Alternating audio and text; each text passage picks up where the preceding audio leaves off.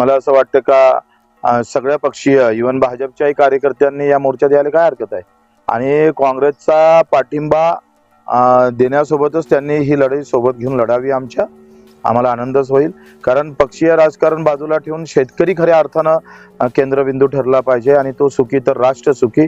आणि म्हणूनच आमचं बॅनर राष्ट्र प्रथम आहे आणि म्हणून त्या पद्धतीनं आता समोरची लढाई लढू.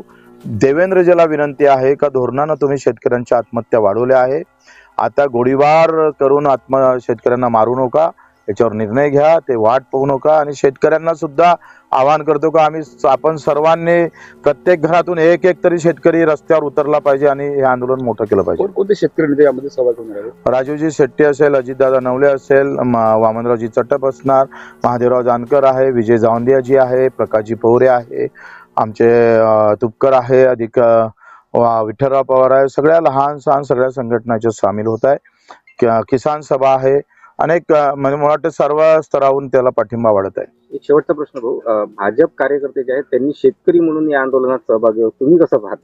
हे आलंच पाहिजे. मला वाटतं आखरी मी म्हटलं ना का सध्या जे ट्रेड आलेला आहे का बाप मेला तरी 72 पण नेता जिवंत राहायला पाहिजे. आमचं असं म्हणणं आहे का नेता मेला तरी 72 आमचा बाप शेतकरी जिवंत राहायला पाहिजे. त्याची ही लढाई आहे.